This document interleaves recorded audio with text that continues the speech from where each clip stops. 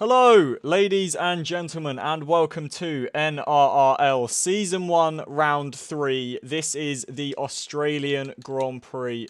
We come to you today from Down Under for 58 laps of the Australian Grand Prix. But before we hit the Grand Prix and start racing, it is time to qualify. 18 minutes in this qualifying session. The drivers vying for pole position for who will start at the front and the back of the grid. As always, joined in the commentary booth today by my brother, Lewis. How are you? I'm good. Hello, everyone. Welcome to what should be a very entertaining race after what happened last week in Spain. It was all laps worth of action, and hopefully today it will deliver again. Most certainly. And Australia, always a good track for racing. A lot of places to overtake, especially after they revamped it in, I believe, 2022. So should be a very interesting race and as well a qualifying. Last time out in Spain, very, very close. Between almost, I think it was about the top 7, top 8 that were all within about a tenth or two of each other. So should be an interesting one. We've got a few drivers coming out on their out laps now. Lewis, if I could ask you for one bold prediction for this qualifying session, what would you tell me? Bold, it's a bit difficult because you never really know what's going to happen. It's always expect the unexpected. I would say it's not really a bold prediction, but I think there's no room for error here with how close this field is. One mistake can be the difference between pole position and P10. So the race is obviously where you get your points, but qualifying is critical because at a track like here, it's not easy to pass. So you're gonna have to make your moments count. Most certainly, and it's not really brought up much around Albert Park, but the walls are very close. So if you do make a mistake, there is a chance you're heading into a barrier, and it's not exactly a slow speed track, this. So it can cause a lot of damage. We're currently watching Sean go round on his lap. He will be the first driver to set a lap, which will inevitably put him in provisional pole, but I'm sure we will see times tumble as we get through this session. If we quickly go back to last week's results and the drivers' standings, we currently have Sab Gaming YT, who is leading the championship, from Dan Lovett, Big Woots in third, Gavi Boy in fourth, Connor Beatty in fifth, Jim Strav in sixth, Mr. Jabe in seventh, Anarchy in eighth, Murray Elliott in ninth, James Dragon in 10th, RJ Batten in 11th, DJ Sully in 12th, Quincy in 13th, Eli in 14th, Vladabrom in 15th, Meldrum 16th, Stoker 17th, Lucho 18th, Daddy Anderson in 19th, and Sean in 20th. Now, last week's... Sorry, Liz? First one onto Gav Boy, first one to set time is 17.4. Sean pitted for some reason. So here comes Lucho. He goes P2, 2.5 seconds off. Not too sure what happened there. I only caught the end of his lap. But that is not the time he wants. Quincy, 1.5 seconds down in P2. So Gav Boy with an early advantage so far. Most certainly, and as I was saying, Sab Gaming leading the championship was second out in Qatar, won last week in Catalonia. Dan Lovett won in Qatar and was third in Catalonia, so it's very close between those two at the top of the standings. Then we've got Big Woods, who unfortunately isn't with us today. He's the only driver missing, and he won't be taking part. In fourth is Gavboy, who was on provisional pole position until BT took to the line. But Sab Gaming now to the line. Our current championship leader slots it in P3 with a 1:17.8. Everyone's starting to get their times a little bit lower. 7/10 between the top four. I imagine that will come down to probably within a tenth after last week, where it was about 6 or 7 that were within a tenth off of pole. So hopefully we can get a repeat. If that is somebody does go into the wall, that is Sab. Now, that isn't going to impact his laps. That could be some damage. It is. The rear left The front left end plate. That's a very, very tricky corner. Easy to make a mistake there. Luckily, not out of the session and still 12 minutes to go. So he should be able to get back and do another lap just in time. But that would have been a heart-in-mouth moment for Sab there. Dan Lovett up into P2. That could have been catastrophic for him. Most certainly. I was just riding on board there with Mr. Jabe as he came through the final little complex of corners, looking very twitchy on the rear of the Aston Martin. He managed to put it P5 with a 17.9, so not that far off of our championship leader. But BT with a 17.2, definitely looking like the quickest man so far. We're currently following Valdebron, who is currently sat 15th in the championship at the minute. He looks clean. I don't know about incredibly fast, but it doesn't look like he's really troubling the limit. So definitely should set a legal lap, if anything. That is something you've got to be careful about, is running over those track limits. The game does provide a little bit of a difference as opposed to real life, as Stoker comes to stop there to let an Alpine through. He set his lap P8 for him, in front of his teammate who is yet to set a lap yet. He's now on his out lap. So half the grid has set laps so far. Beetle with the advantage, 2/10. But Gavboy just behind Dan Lovett as well. This is nowhere near over yet.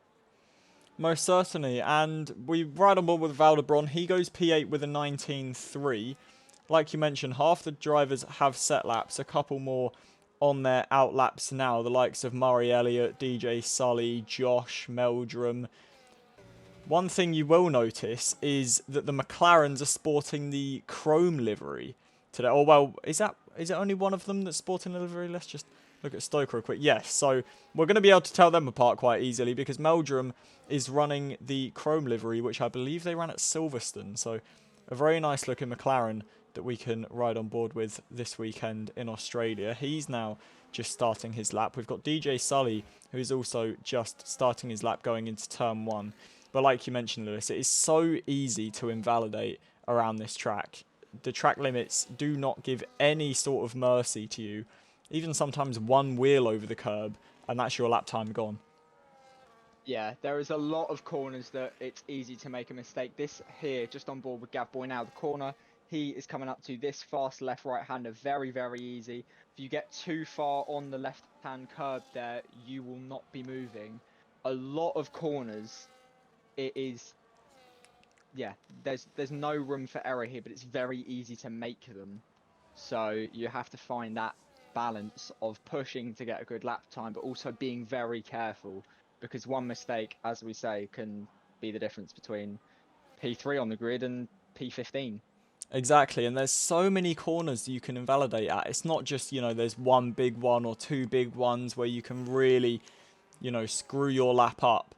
It's nearly every corner here that there is some chance that you invalidate if you just take it too quickly or you're not careful enough around corners. As DJ Sully comes around the final corner now, it's looked like a clean lap from the Williams driver, so he is going to set a lap time. Goes 7th with an 18.5. His teammate just coming across the line, I believe, to start a lap. That is Dan Lovett, and he is just beginning his second flying lap. Currently sat 2nd, exactly where he is in the standings. Williams in the gravel.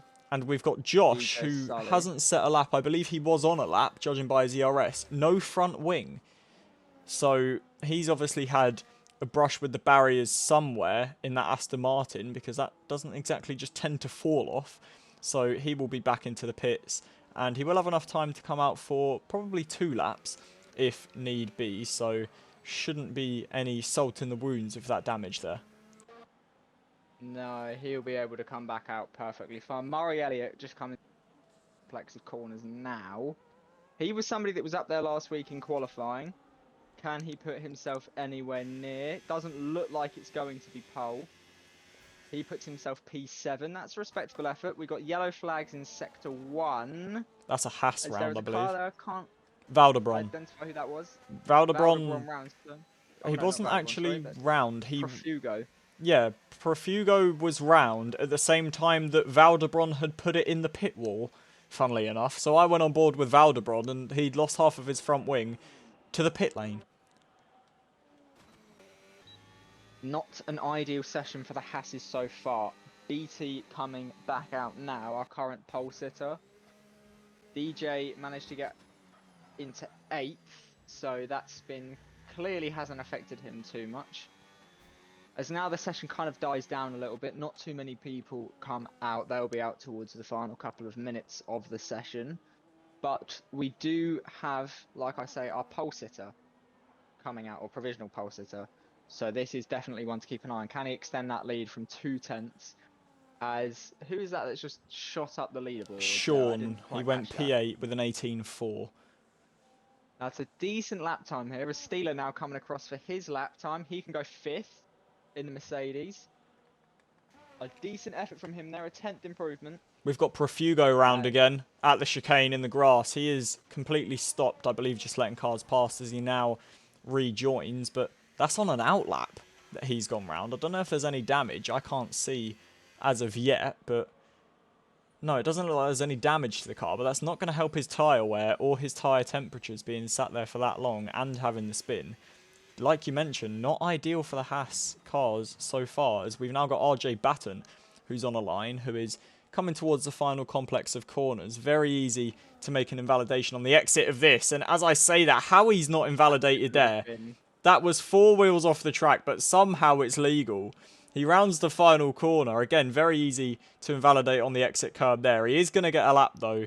He comes to the line, and RJ Batten goes P15 with a 19.9. I would have imagined that lost him time going quite wide there through the penultimate corner.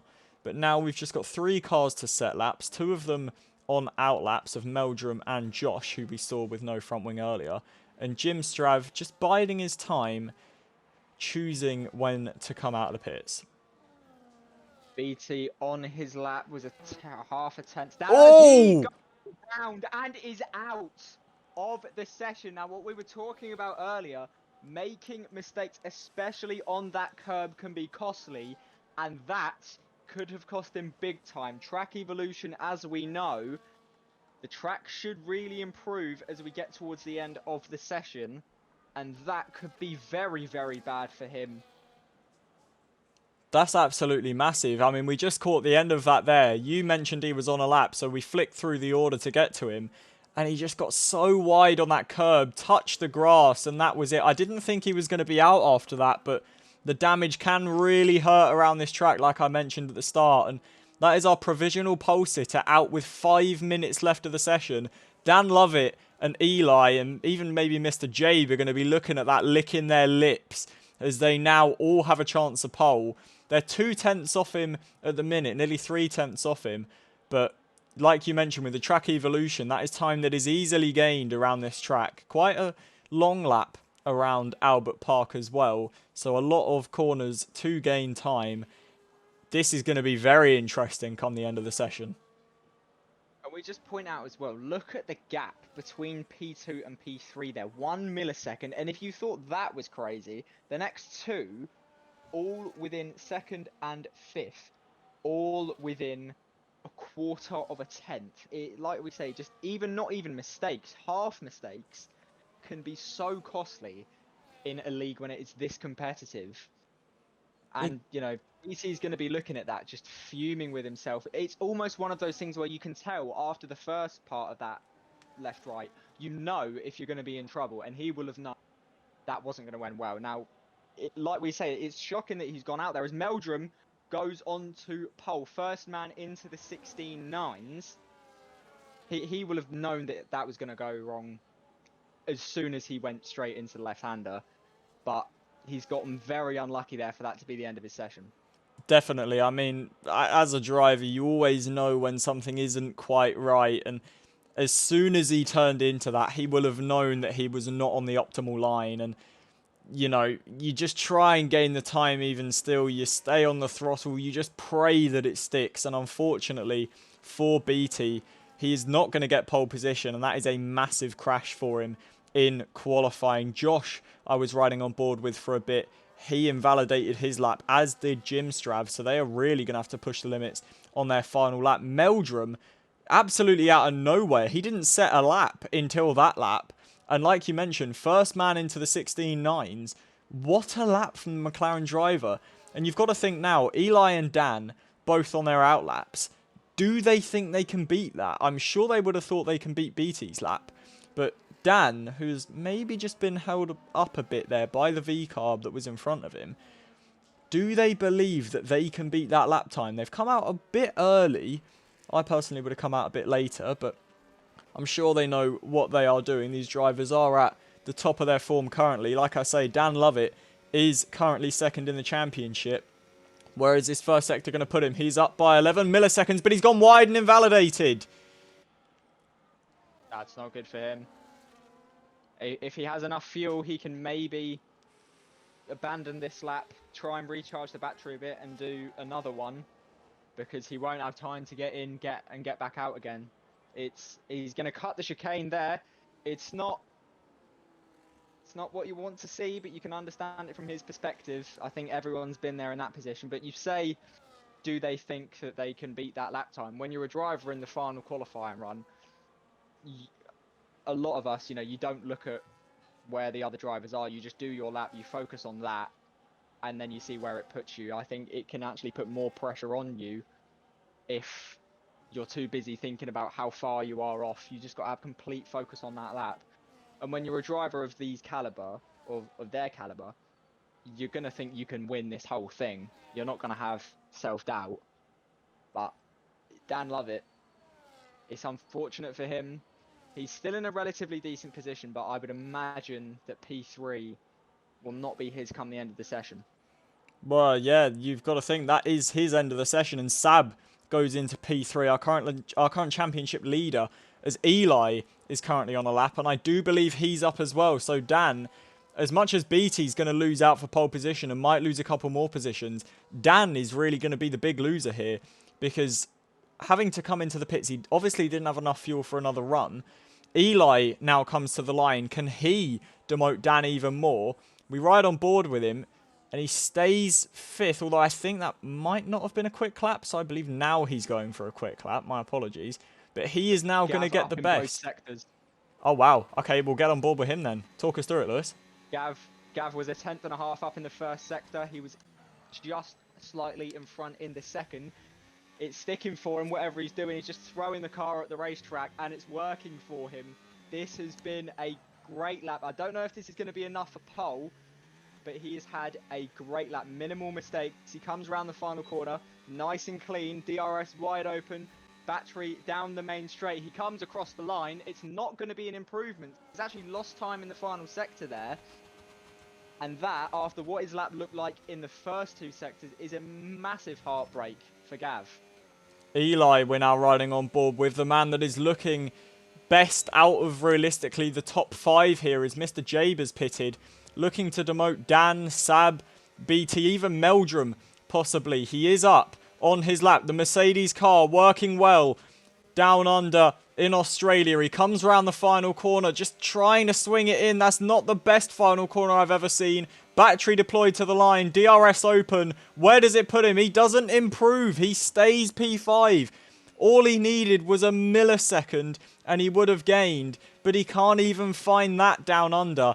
And it does look like, unless anyone down the order can improve, which they can't, nobody is on a lap apart from RJ Batten, who I don't believe is really going to challenge the top runners. Meldrum will be on pole position. We'll stick on board with the V-carb of RJ Batten to end this session. Like Lewis mentioned, he is a 10th up. He comes towards the line now. He's getting a little bit of a slipstream from the McLaren, and he stays P18. So that is your grid then. Meldrum with a shock pole position takes first place down under. It is BT who is probably thanking his lucky stars right now that he hasn't dropped down to at least sort of P5 there. Championship leader Sab Gaming is in P3. Dan Lovett in P4 after that massive mistake in qualifying. Eli is P5 with Mr. Jade P6. Gavboy 7th. Sean in 8th. Steeler in 9th. Josh in 10th. Murray Elliott in 11th. DJ Sully in 12th. Lucho in 13th. Quincy in 14th. Valdebron 15th. Stoker in 16th. Profugo in 17th. RJ Batten in 18th. And Jim Strav 19th without setting a lap. Well, that was quite the qualifying session, close as it was last week between all of these drivers. Do you have any words for that, Lewis? Because I most certainly don't. I think BT was very, very lucky to get in his lap at the time he did, because everyone seemed to crack under the pressure at the end of the session. That is very surprising to me that he managed to keep hold of that second place with how much time there was left when he managed to have his crash. But it does kind of have a mixed up grid here. A lot of names that weren't really in the top of the timing sheets last week. Some still the same are out there, you know, BT, Sab, Dan, they were all pretty much up there last week. But it does seem to be a different grid, which can only be a positive. Exactly. I mean, even if you look at the drivers' standings, Meldrum's currently ninth. Not ninth, sorry, he's 16th in the Drivers' World Championship. Don't get me wrong, we've only had 2 races. But he was out in Qatar and got 6 points in Spain. And he is now on pole position by a whopping margin. Where would you ever have expected that? This is what happens in motorsport. Sometimes the things you expect are going to be the things that don't happen. But he has got a lot of work to do if he wants to keep that victory. Most certainly. It's going to be difficult for him. You know, as I mentioned, he's not really been up there thus far in NRRL. And that's going to be a lot of pressure on his shoulders. Taking pole position, but you've got the championship leader behind you. You've got the person in second in the championship behind you. You've got BT, who has been rapid the whole time in this league, who is behind you, right behind you, in fact. And they're going to be looking to get on with this race very, very early. Now, we have about a 5-minute break between qualifying and the race here, so everything just settles down as we try and compose ourselves for the 56-lap Grand Prix that we are bringing to you today. There are going to be a few that I think are going to be coming through the grid. You know, you've got people like Quincy, who was really good and on form in Spain until he had his contact and lost his front wing. Lewis, who do you think is one to keep an eye out for in today's race? I would say Sully. I mean, after last week, obviously, he had his accident and that took him out of the race. But he was showing some great fighting skills in those early stages. And right in the middle of the pack, I think he qualified 12th. He's going to have to do the exact same thing last week. But he's also going to have that in the back of his mind that last week didn't go as he planned. You know, with how last week went for a lot of the drivers, it very much seems like if you finish, you're going to score some points. So is that going to be weighing on the drivers? If last week we only had 13 finishes, therefore, like we say, they all scored points. Is it just a case of they're going to be a little bit more conservative, knowing about the outcome if they manage to do that? Definitely, I completely agree with you. It's difficult for all these drivers. You know, we've just had an intense qualifying session, and now we've got 56 laps of a Grand Prix to come. It is so difficult to compose yourself. And even if you manage that, to sit there for 56 laps and constantly be on your best performance, it's not an easy feat in any sort of motor racing, even esports wise. It does take a toll on these drivers physically and mentally. We've just got word that we'll be going at 7:51. So in a minute's time, we will be on the grid lining up. This is going to be an incredibly interesting race. I would also say keep an eye out for the V-Carbs. Had a very good outing in Spain until one of them crashed out. But they should be interesting. I believe they're a bit further down the grid, so they'll have a bit of a comeback to do. But this should be an incredibly interesting race. It's not the easiest to pass here, but it definitely is possible, especially with the DRS zones that we find around here. Although obviously it is very easy to get stuck in a DRS train like we did see last week in Spain. A lot of these drivers are very, very close. We know the mid-pack and the sort of upper echelon pack are very close to each other in terms of pace. So it's going to be very difficult to try and determine, you know, who do we think is going to win? Who do we think could lose? But we're on the grid now then, on board with the McLaren. 5 red lights ahead of the drivers, and it's lights out and away we go. They weren't held for long. Meldrum on his maiden pole position gets away well. BT slipping back as Sab makes his way into P2. Dan Lovett is into P3. We've got all drivers that seem to be okay, although we have got yellow flags and we have got contact at the back. DJ Sully's off, Steeler's off, Josh is off. 3 cars who are off as Meldrum now goes wide and Sab's looking around the outside of the McLaren. Meldrum got a good start, but he manages to keep the position. Sab into the wall. Massive contact and damage for the championship leader. Dan Lovett's going to be looking at that and licking his lips. We've now got Sean out of the race, and we've got a safety car or a VSC, I do believe. But Dan Lovett is going to be very intrigued by that damage to Sab Gaming, our championship leader, just plain understeering into the wall as the full course safety car is now deployed. Meldrum manages to keep his position from the start. Sab got up to second, but obviously, like I mentioned, with the damage, Dan's up to third, Eli fourth. It's Mr. Jabe in fifth as Sab gets a penalty for cutting corners. Sorry. So that is going to be very interesting for our championship leader to see where he can get up to. Quincy, by the way, up 7 positions. Batten up 8. Jim Strav up 8 positions. Our big losers here are Josh Steeler and Sully after their contact at turn 1. Sean also down 11, I think that is. So Halo currently blocking my view. DNF. That was very, very unlucky for Dan there. I mean, he's past Sab now, but Sab and Dan were actually wheel to wheel as the safety car was called. Fantastic composure from Meldrum there. When you're at the start on your first pole, you're thinking about all the pressure. Will you have a good start? Can you cover off the inside? And he's looked like he was under no pressure whatsoever. Manages to hold on to P1. Some fantastic wheel-to-wheel racing between the two of them. All fair racing. It was on the racetrack. And Meldrum holds P1. Incredible stuff. They were wheel to wheel almost throughout the whole of Sector 1, but Meldrum, holding his composure, managed to stay in the lead. I thought there was going to be some quite nervy racing from him. He didn't really have a good performance. If I remember correctly, was he not the man with about 40 seconds of time penalties last week? I believe he and was, he's currently leading the Grand Prix after taking pole position. I thought he was going to be really nervy when he was wheel-to-wheel with our championship leader, but he held his stuff really well, managed to regain the position, and Sab, now down in 17th place after repairing that front wing, he's going to have a mighty comeback to try and get near his championship rival, Dan Lovett. Eli in third. Dan is really going to sniff a race victory. Obviously, we're only 1 lap in to our 58-lap race, but this is going to be incredibly interesting. Dan is going to be licking his lips looking at that McLaren, knowing his performance out last time. Like I mentioned, this track is very easy to get penalties round. I would actually argue easier than Catalunya. And, I mean, we saw how that went for Meldrum, but he is leading this time. It is a lot easier to lead a race than to try and lead a race.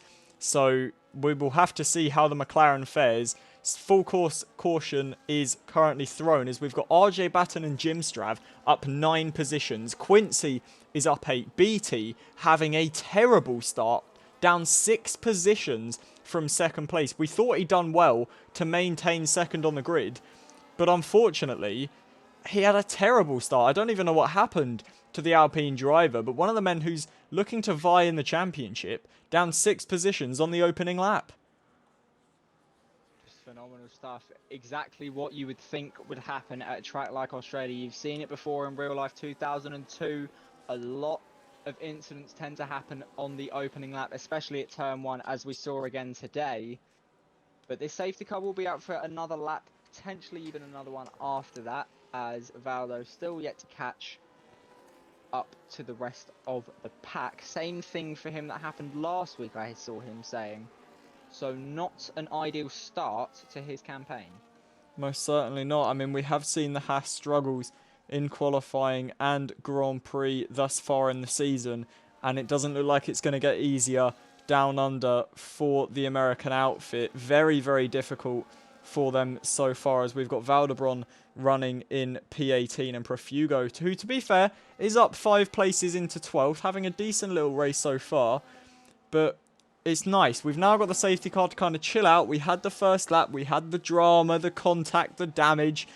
Now we can chill out a bit as the safety car is in this lap. So Meldrum, you know you held your nerve underneath the race start. How did your safety car restart fare? We'll ride on board with Dan Lovett, who's got Eli right behind him, Mr. Jabe right behind him. But Dan is going to be the real man that is attacking in this opening stint. He is on mediums. Meldrum is on hard. So technically, should be quicker, and I would argue so far from what we've seen is the quicker driver. But Meldrum needs to try and sort of keep him napping here and go when Dan least expects it. As we now come towards the penultimate corner, the safety car enters the pit lane and the drivers are free to race whenever they want. And Meldrum has gone and he has caught Dan napping. Dan is so far behind, and actually Eli looks like he's right on the back of Dan. Got a great chance. Doesn't look like he's gaining anything, but we're all going to stay square into turn 1. All the cars seem to be pointing in the right direction. That's what we like to see. Doesn't look like there's any real big gainers as Josh picks up a time penalty. Lucho goes off. We've got Stoker off as well. Everyone seems to be, like I say, pointing in the right direction though, and we can go racing as we've got almost 4 wide into turn 3. Stoker is going to lose out a lot of positions here as now he's got DJ Sully going around the outside. Sab currently up to 14th. We've got a yellow flag. I believe that's just a bug in the commentator's booth, but we've got Sab up to 14th. There's a bit of a gap between Profugo and Jimstrav, but we've now got all the drivers who are all running perfectly fine. No damage for anyone, I don't believe. Josh and Profugo getting very close there. Is he going to try it? He thinks better of it. Fight for another lap speed. He's going to have a great chance down towards here as a penalty for Steeler. He's going to go for it. And into what is a very tight corner. Can he stay on the track? He can. But the old switcheroo here from Profugo, he can't make it work. Josh up into P11. That's a great move from Josh. What we call a nice little dive bomb. Where I'm from, Meldrum sets the fastest lap of the Grand Prix and is he's not within a second, or now he's within a second, but I don't believe Dan's going to have DRS. He doesn't. So that is very interesting. Meldrum obviously does have some pace in that McLaren. Murray, wheel to wheel with JP. They've come very close to contact. I did see, as he's got him there. What a move. See, hold him a dummy. Fantastic IQ there from Murray. Gav managed to get past Quincy on the main straight. I did catch that. So everyone's starting to kind of feel each other out, making a few moves here and there as they all jockey for position. DRS for Dan here. He's very close. Sorry to interrupt, Lewis. Dan looks like he's going down the inside. Sorry. He doesn't manage to get to the position. On the back of this. I believe Meldrum is struggling a bit as now Dan's looking to the outside. Eli in the background looking to try and gain positions. Dan takes the lead of the Australian Grand Prix. Lap 5 of 58. We've got a change for the lead. But DRS coming up for the McLaren as he nearly spins. The rears lock up under braking. That's going to cost him time. He hasn't really got that much battery. Dan's got a hell of a lot of battery. DRS for the McLaren. Doesn't look like it's going to give him enough speed, but there is another DRS zone right after this. Swinging into turn 1. Now you've got DRS again. Josh sets the fastest lap of the race. Can Meldrum try and get on the back of the Williams? He's going to be close enough. Is he going to throw it down the inside? No, he's not. You just got to think about what's the smartest thing to do here. Dan majorly outsmarted him as BT manages to get past Jimstrav there. But the Aston Martin of Josh now also passing him as well. So things not going how they'd like for Jimstrav. He's just got to kind of calm down, get back into a confident zone. There's still 52 laps to go. Nothing decided yet. You can't win it here, but you can lose it. Most certainly. A little tag in the wall. Penalties can be applied for extending the track limits, and that can win and lose you a Grand Prix. Meldrum is very close to the back as we've got Lucho who is out, and another safety car has been deployed. So that really saves Dan, and I would almost argue that that does help Meldrum, who's on the hard tyres. You would maybe assume that some of the medium runners might fancy a little run into the pits here to change tyres and get on a fresh set of boots. As Dan, a drive-through penalty for speeding under the safety car, stops in the pit lane entry. Murray goes through on him. I don't know why he stopped. I mean, drive-through for speeding under the safety car means he exceeded the delta, but why did he stop in the pit lane and let Murray go through? That's very interesting. But that's really going to cost Dan, who was looking to gain a heap of points, as Sab is obviously having a bad weekend. But with this safety car, it is really going to help Sab as he's now up to 8th position, obviously with a 3-second time penalty. But Dan, who has now come into the pits, is going to have to serve his drive-through when we're under green flag conditions again. He's going to go down to last place inevitably, and he is going to have a massive comeback. But I must say, the driver I really am impressed with is Meldrum.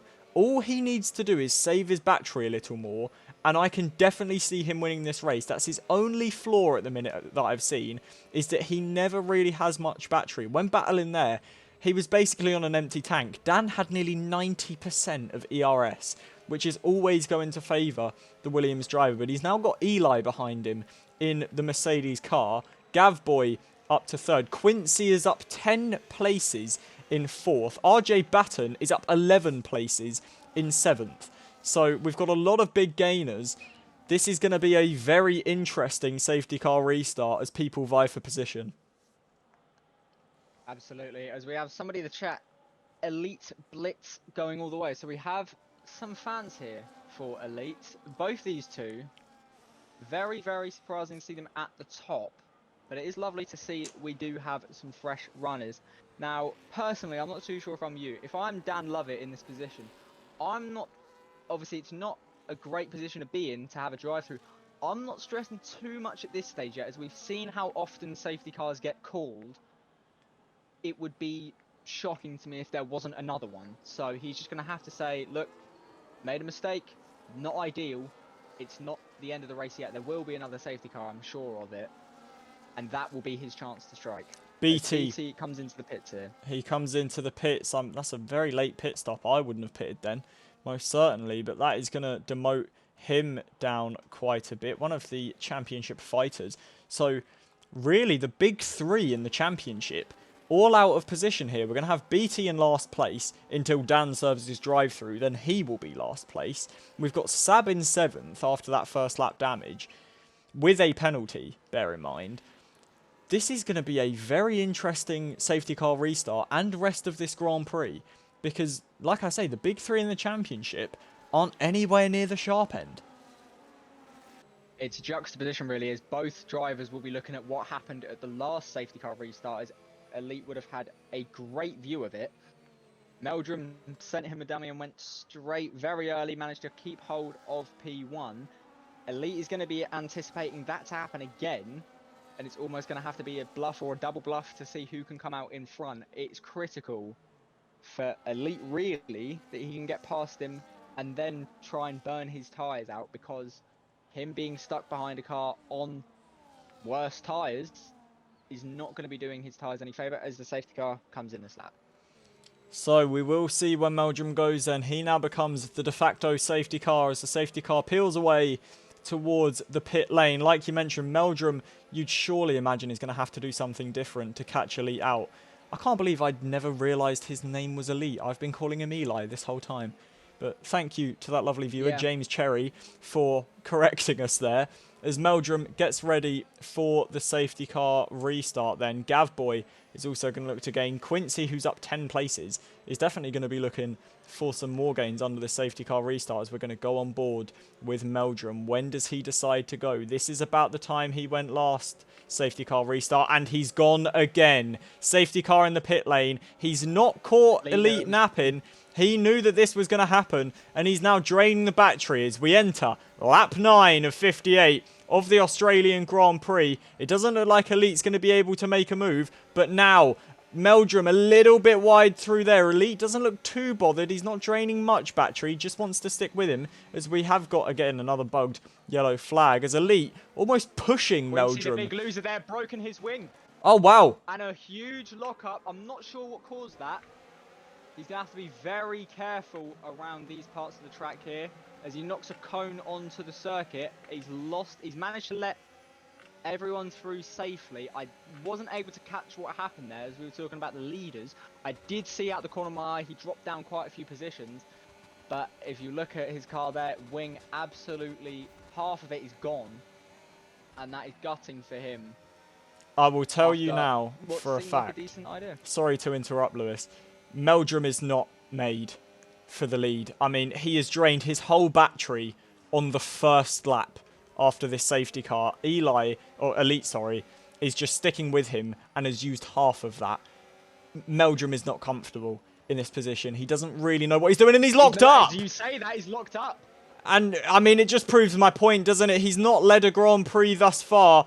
He's just not made for these conditions. Elite was towards the top last week, and look at the battery coming down on the McLaren as now Gavboy is on the back, and he locks up again, does Meldrum, as now towards turn 3, sorry, we go. We've got a yellow flag as we've got a Mercedes of Steeler in the wall at the final corner, but Meldrum definitely not comfortable.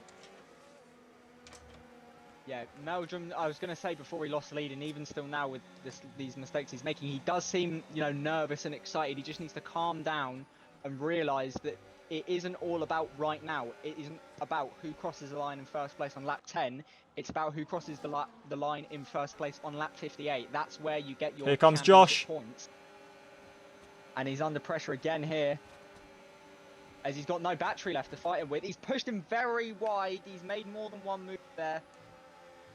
Got to be careful, as Gav now with a very solid chance here. He can't, thinks better of it for the moment. Probably the smarter move. But Elite will be looking at this as he's already out of DRS range, or basically out of DRS range.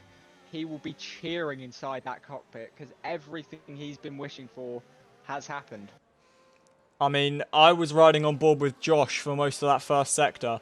And as he's about to take second place, Meldrum can't do anything. He's got no battery, he's got no DRS, and it's the easiest move you will ever see for the Aston Martin driver up into second place. And now Gavboy's going to look towards turn 3. Can he get close enough to make a move? Is he going to go for it? It's so close between the two drivers. He doesn't manage to make the move, but he is going to be right on the back of the McLaren as Josh runs a little bit wide. And like I was saying before that move, I can tell you exactly why Josh has got 6 seconds in penalty.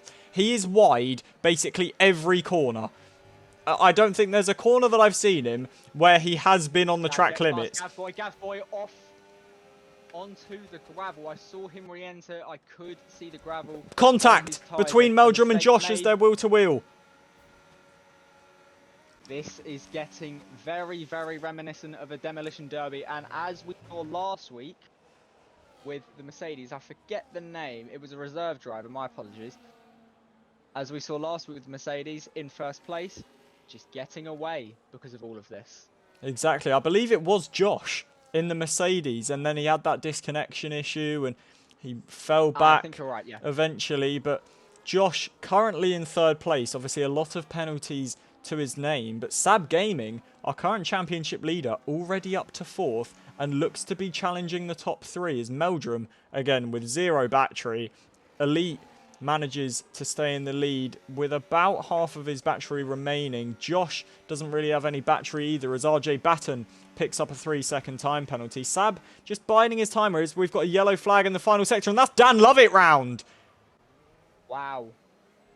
That is huge for the sake of the championship. Sab, you're going to have to just get on with this now because this is a huge chance for you to gain out of this. It's a long race still. Look at Meldrum. To take moments when they count as Meldrum now. He will have DRS, but no battery to fight with. I mean, people would know a lot more than I would. It is a whole thing of being able to race in lead. It's a whole nother thing to be able to race at the front. It's almost like another skill, but Elite off penalty. Surely Meldrum's going to get him here. No battery really to fight this with. You've got to be careful around here as they come millimeters from contact. How they haven't managed to hit each other. Good stuff from both drivers, and this will carry on. As I'm sat here on board with Meldrum trying to see what is he going to do through this. He's a lot smoother around the final corner. DRS overtake. He should get him here. He's looking to the inside. And gets the move done as Elite very nearly spins out there. And now Josh, he gets him too. Incredible racing between the top 3, and you could always see that Elite was going to lose out there as Murray is now up to 4th, or they're wheel to wheel actually, and Sab manages to regain the position. But you could always see that Elite was going to lose that position. He just didn't have the momentum out of the final corner. And now Meldrum, our pole sitter, retakes the lead of the Australian Grand Prix. Gav back end steps out there through the corner towards the end of Sector 1. That is not going to do his tyres any favour whatsoever. Luckily for him, he's in no real from RJ Basson, 3 seconds behind, as Meldrum picks up his first penalty. And now for his sake, we're going to have to hope it is not as much as... because if so, he will not be winning this race. Most certainly. I mean, if he were to pick up another 40 seconds like he did last week, he'd currently be finishing last. And I mean, we've had Dan Lovett, who has had a drive-through penalty and a spin at the final corner. We've had Steeler, who's been in the wall and in the pits and then back out. And he still wouldn't win this race. So we've really got to hope that the McLaren doesn't pick up any more penalties. He managed to get out of the DRS, but not in time, as Josh does have the DRS to try and gain back towards the McLaren driver. Elite, is gaining on Josh. And Murray Elliott is just slowly cruising up to the back of this battle on the medium compound tyres that seem to still be lasting for a lot of these drivers. And he is now rocking up to the fight for the lead. Sab Gaming is only about a second behind as Josh picks up more penalties. Very much feels like most of the top 3 is a divide between driving with your head and driving with... and that seems to be right now, if I'm in any of these top 4 positions, driving with your head is the safest thing. You drive with your heart towards the end. DRS for Murray Elliott on Elite here. Now he's in a fairly good position as to where he doesn't have any penalties. As I'm just going to check now on the race director.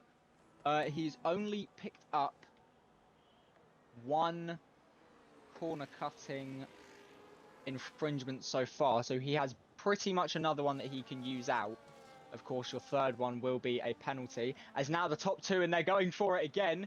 Meldrum, back end, steps out with the penultimate corner. He will have DRS, will Josh, but it's not a good exit or entry into said final corner. And that is just going to help prolong Meldrum's lead a little bit more. Elite getting close, not close enough.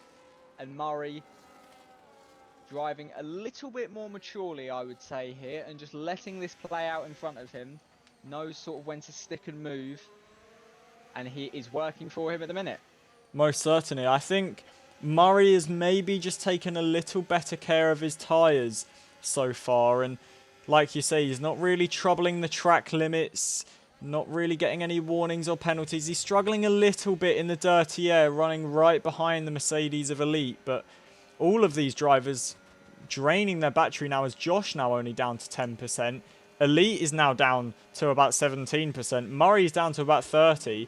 So now everything really evens out, and you can see Meldrum actually having a very decent chance. But Josh is coming at him now. We ride on board with the Aston Martin towards the inside.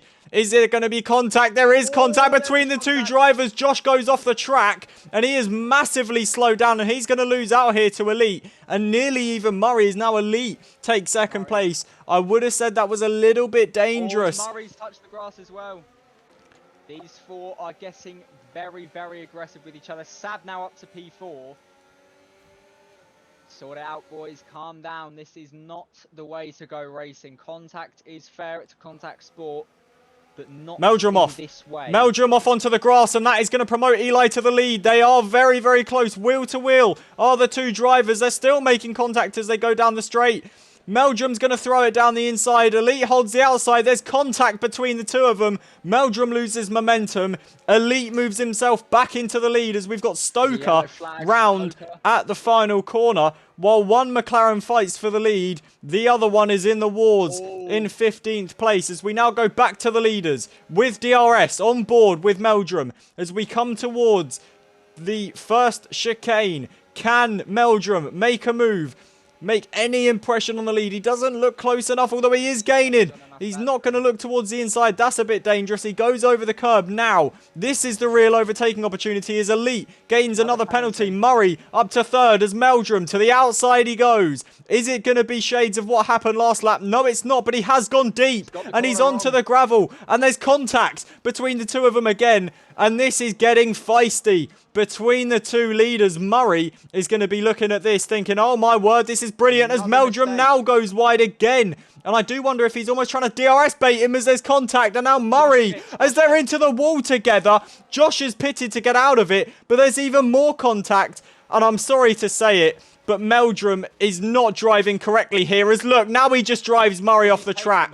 This is not correct from Meldrum. I knew he wasn't fit to be fighting for the lead, but no matter where you are on track, no matter how much experience you've got, you cannot be driving like that, as we've now got BT and Murray wheel to wheel through the first sort of complex, as there's contact between the two of them, and BT goes off the track. This is not what you want to see in league racing. Everyone is driving each other off the track here.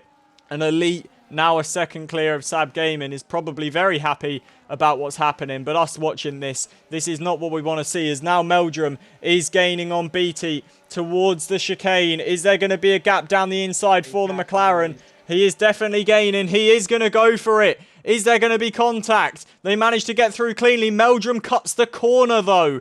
He gets a penalty for it, but I would have argued he's going to have to give that position back, because that is not the correct way to go racing. Murray is now 3 seconds behind Sab, all caused because of this contact and forcing each other off the track, and it just ruins the racing. It really does. But Meldrum, towards the penultimate corner now, is going to have a very good chance of overtaking Murray as we come onto the main straight once more to begin lap 18. Meldrum is very close as we come towards turn 1. Is there going to be enough of a gap? We saw what happened last lap. There isn't enough gap this lap, and he's not going to be able to make it. And now BT has a good chance.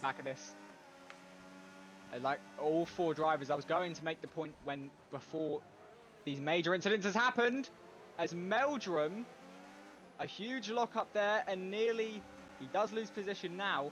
Just all the anger, everyone in the top end of the field, their heads have just gone, and it just seems to be very much kind of hit or be hit, really. It's not the way, as you say, you want to go racing.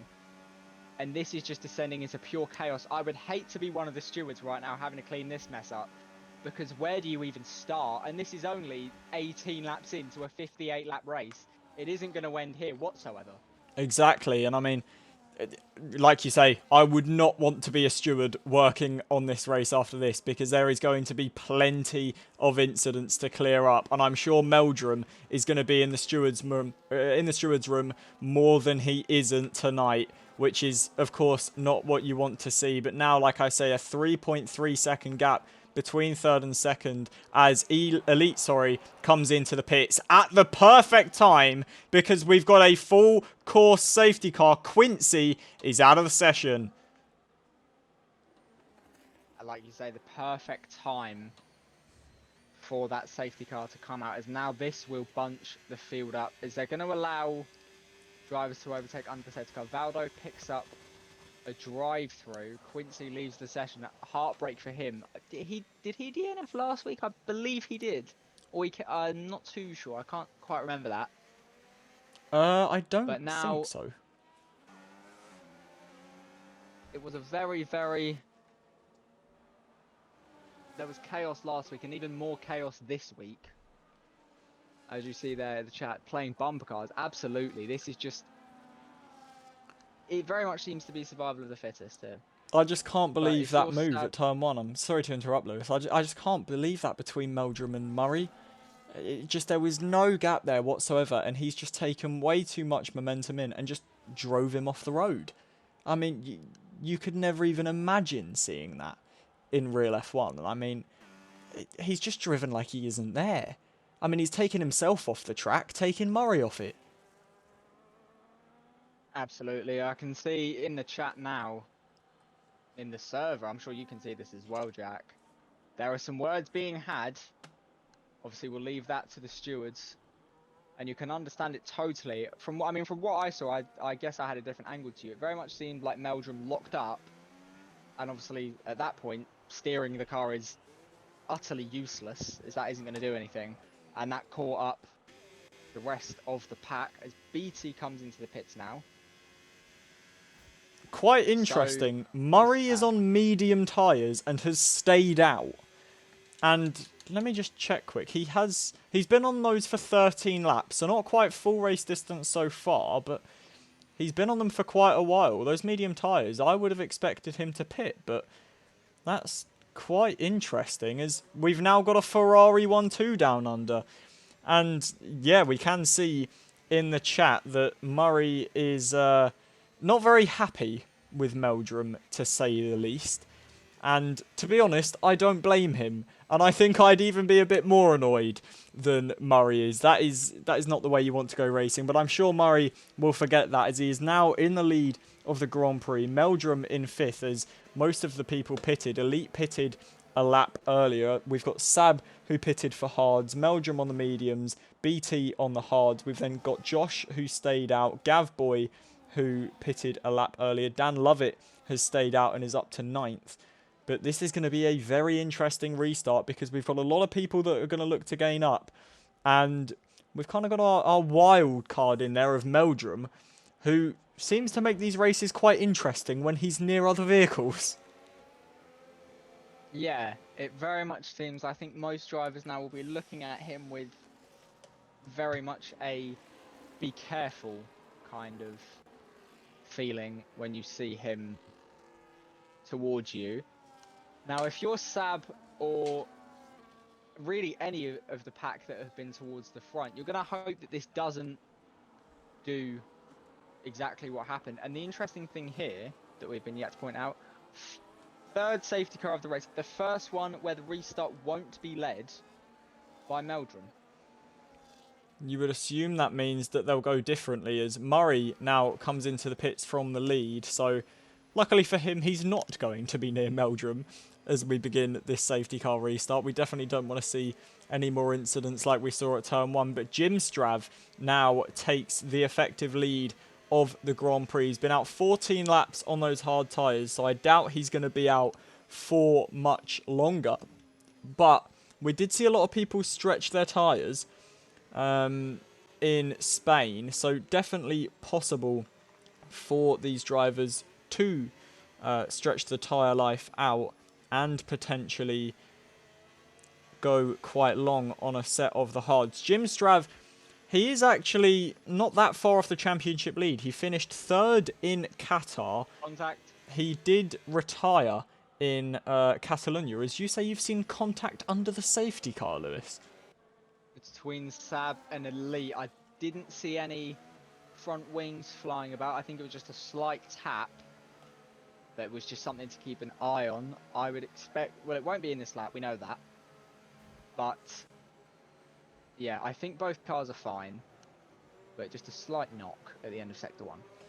Oh, well, all should be good then, as I believe we'll have the safety car in next lap, as Steeler and Stoker in the Mercedes and McLaren respectively catch up to the back of the pack here. But, well, Lewis, just your thoughts on the race so far. This has been quite the interesting one, hasn't it? I think everyone involved in any of those in the opening part of the race really needs to be given a stern talking to and just, you know, chill out, lads. This is not how you win a race, and it was very lucky for all of them that not one of them went out, because that could have come back to bite them at the end of it very, very much. Because this isn't like real life F1 where, you know, incidents are investigated during the race. You have to be careful, because you could win the race, but if there's an incident where you've done something wrong, that can be taken away from you in an instant. Exactly, and it's going to be very interesting to see what happens in the stewards room tonight. So I would like to remind you all that after the race, after these 58 laps are done, all results are provisional until the race, until the stewards, have decided any penalties, and I would assume we will have quite a few that will be decided in the stewards room tonight, as we've got Stoker round under the safety car. I don't know what he was trying there. It almost looked like he was trying to go round the outside of Steeler, got onto the grass and spun. Not what you want to see. We have somebody in the chat saying, sorry for the safety car. The kick car is undrivable. It wants to spin in every high-speed corner. So I believe that was Quincy that is saying that. Now, obviously, if it is, firstly, condolences to your DNF. That is not the ideal results. Um, I can't. I don't, didn't really see what happened. I mean, all I saw was safety car get called, so it'll be something that we'll have to have another look at. They don't do time penalties, so the final places are what it is. Okay, that's an interesting Admittedly, I don't twist. agree with that at all. I think Meldrum should Yeah, I think 110% be that's penalised for what he did, and the fact that he's going to be able to live with absolutely. that is completely and utterly wrong. But anyway, enough talk about the stewards. The safety car is in this lap, and Jim Strav, we will ride on board with the Scarlet Red Ferrari as he looks to try and lead his first couple of laps in NRRL. He has gone very, very early, and Elite looks like he expected it. He is right on the gearbox of that Ferrari as now we can get racing again, and Jim Strav nearly puts it in the pit wall at the start. I knew those hard tyres would be difficult to control, but that is not ideal. But the key thing is Elite overtook him before the line is. We've got massive Oh my contact, God. 3 wide into turn 1 between Meldrum, Elite and Jim Strav. Contact between all 3 drivers, and Meldrum from 5th place takes the lead again. Elite now looking to the inside, and Meldrum has completely turned into him. He's gone off the track himself. Luckily, Elite manages to regain the lead back. But no, I mean, it just goes back to what I was saying with the time penalties. Meldrum does not deserve to finish wherever he does today unless there is some sort of big crash or something, which almost looks inevitable now as we're seeing the way that he is driving tonight. This is not how you want to go racing, and he is now looking towards the outside of the chicane. We're on board with the Papaya McLaren. To the outside he goes. Again, there's contact between the 2 drivers. He's just completely ran him out of road, Careful. and he does take the lead again, but Elite is right on the back of him, and towards the inside he goes. A good little battle here between the top 2 as there's even more contact, and inevitably someone was going to go round at some point. And Elite does go round, and that is unfortunate for the Mercedes driver, who is going to lose a ton of places. We've got Steeler, who is also off in the Mercedes into the runoff at the exact same corner, but Meldrum with a second gap. I know we're meant to be unbiased here, Lewis, but I cannot agree with this whatsoever. The point exactly I was going to make. I know as commentators we are not meant to have preferences, and we don't, but that is disgraceful from Meldrum. You can't condone racing like that. You saw as they were crossing the line, some drivers slowing down and speeding up. You just knew there was going to be an incident. See, that was the issue, though. Jim Strav had his snap towards the pit wall, but you can't overtake before the start-finish line, and that's what really caused it, as we've now got Josh, who's looking to overtake Meldrum in the Aston Martin. Not much battery for either of the top 2, as Meldrum is under 10%. Now, into the chicane we go. No opportunity there for Josh, but he'll look to slingshot out of the chicane. A lot of understeer in that Aston Martin, though, and it looks like the McLaren driver will hold on for at least another couple of corners. Into the tight right-hander we go. All square between the top 2. BT is right on the back of this battle as well. And then we've got about 3 seconds towards the back of Jim Strav, who I will remind you led onto the safety car, but is on very old tyres, as is Dan Lovett. Is towards the final corner we come now. Through it we go. On board with Josh. DRS wide open for the Aston Martin driver. Just not gaining enough. BT sets the fastest lap of the race in 3rd place. We've got Elite, who's up to 4th past Jim Strav, and will look to regain that time he lost. But here comes Josh then to the outside of turn 3. He's been forced that way. He will go that way. Meldrum again late on the brakes. Slams into him, almost using him as a brake. And again, there is contact between Meldrum and the man attacking him. Turning in once again is the McLaren. Even more contact. And if I were BT, I would be very scared getting up to the back of that McLaren when you inevitably do. You have to be careful, knowing that regardless of whether you think he's at fault for them, it is like a magnet for incidents right now. It is not an ideal race, not only for the drivers who have lost out because of this, but for Meldrum as well, because there is no way that this is going to have any good bearing for the rest of his season. Even if he doesn't pick up a penalty for these actions, a lot of drivers are going to race him very differently here, as I think BT, you would hope, being somebody that is towards the top more often, has a little bit more of an idea of how to combat this, as he's all over the place into the final corner there. Cars stepping out left and right. He can't get anywhere near. It's not, I mean, what can you say? It's not what you want to see when you watch motor racing. Exactly. I mean, we've had some great battles so far. In Catalonia, it was all race long. There was minimal contact. There were a few bits, but there wasn't really anything major.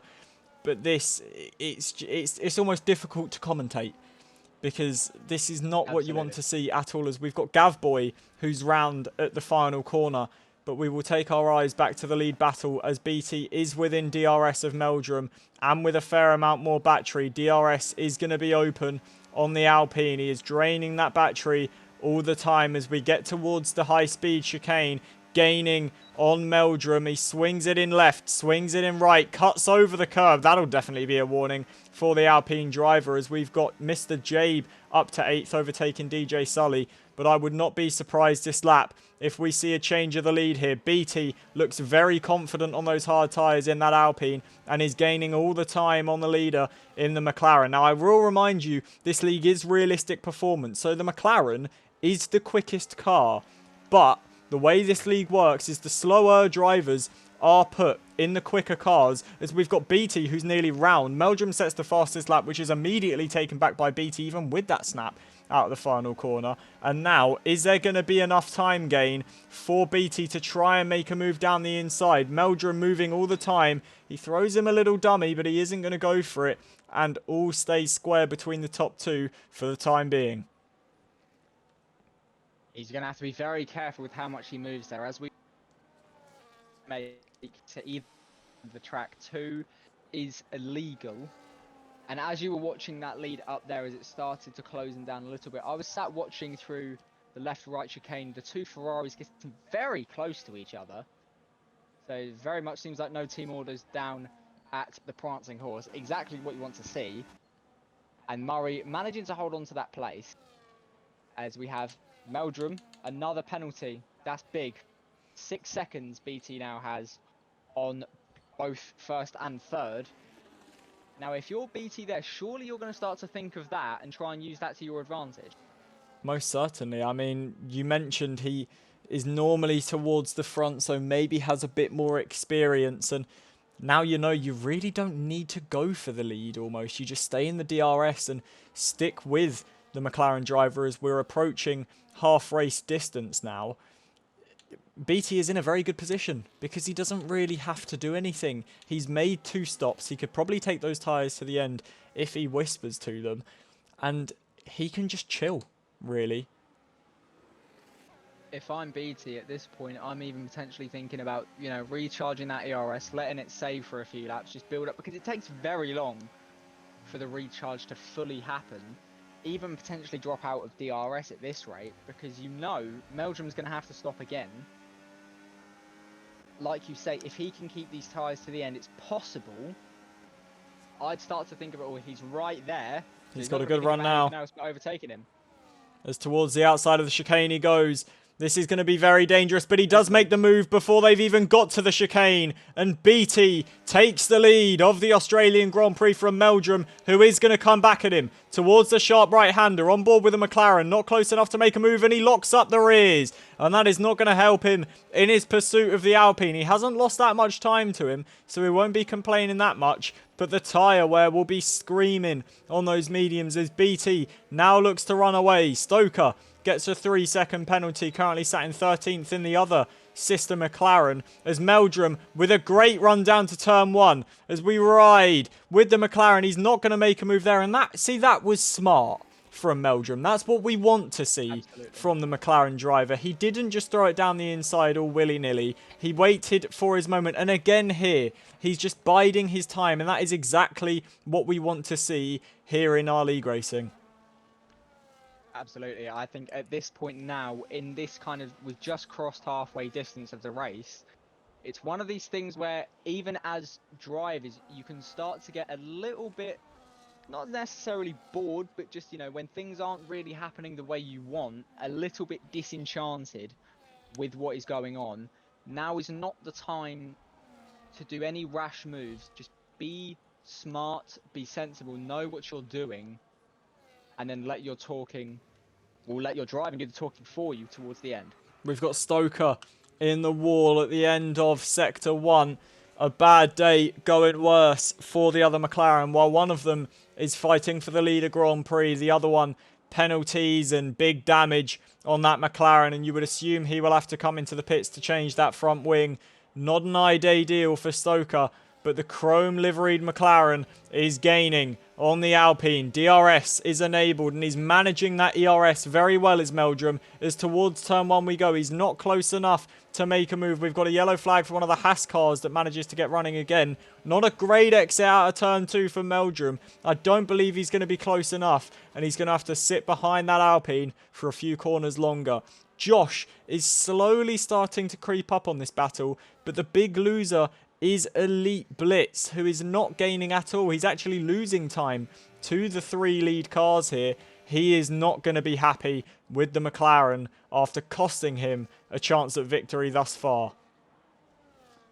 Dan Lovett making his way up to 7th as Jabe is off the track. Dan Lovett's somebody we haven't really spoke about the last portion of the race, but he's just quietly making his way through the fields. Meldrum actually takes the lead, so we'll go back to that.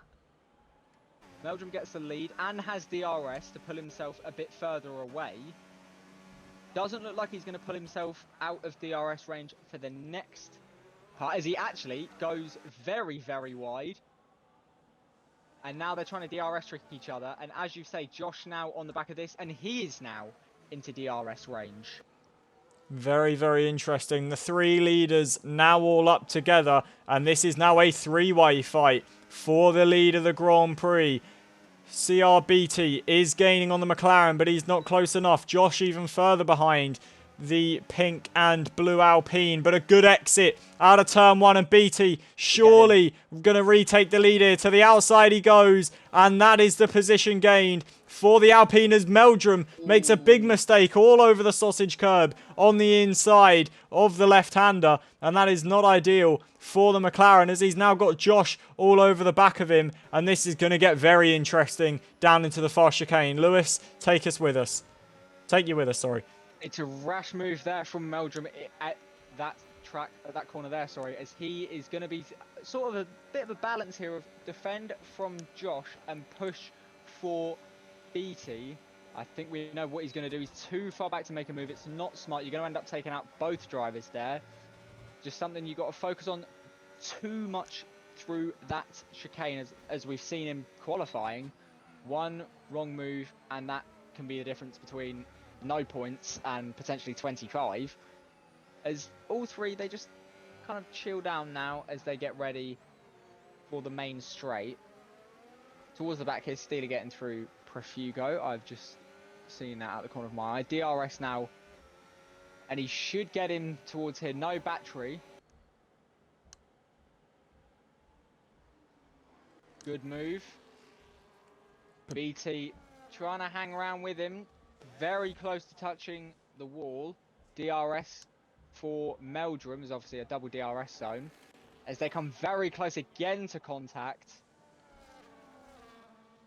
See, this is good racing, though. Clean. They all look very mature now between the top 3. They've had their fights, they've punched each other, they've knocked each other down, but now it all looks to be sort of evening out as Josh goes very wide out of the exit of that corner, and that's not going to help him in his pursuit of BT and Meldrum. But BT has a very good run, and to the outside again, it's reminiscent of a couple laps ago, and before they even get to the corner, BT retakes the lead. This is a mega battle for the lead of the Australian Grand Prix, and it is the Alpine that is coming out on top so far. The penalties swing in his favour as well, but he wants to win this one on track. It's like I said last week, these guys are racers. You don't want to win it through penalties. You want to win this on track, and that is exactly what BT's doing at the minute. In the midfield, we've got Jim Strav, who has just overtaken RJ Batten. A massive battle here is now we've got RJ Batten off onto the gravel, and Mr. Jabe goes through into 9th place. Not ideal there for the V-Carb, running wide into the gravel. In the pits, ladies. That is very true. He Sorry, was Chris. losing a lot of time. 7 seconds he was down. And he's got a 10-second time penalty for speeding in the pit lane, has Elite Blitz. He will not serve it now. He'll change on to another set of hards. And that is really heartbreak for Elite Blitz. Looking for the undercut, sorry.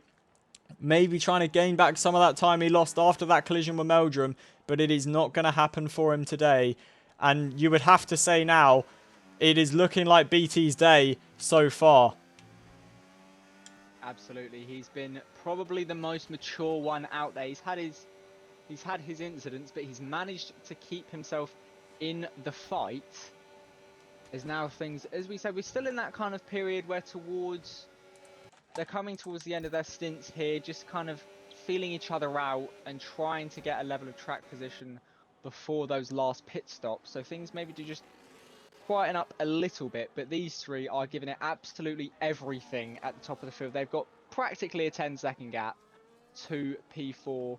Obviously, if you just don't think about the penalties, which, to be honest, at this rate, you're not even thinking about how good you are inside of someone's gap. You're trying to, as you say, win it on the track. The last 5, 6, 7 laps, yes, penalties will start to come into it, and you'll be thinking about staying inside that gap. I just want to say as well, something that could be quite interesting to keep a look at here. If Josh is about to get past Meldrum, and at the perfect time, because there's a safety car deployed. RJ Batten is out of the race. Sorry to interrupt, Lewis.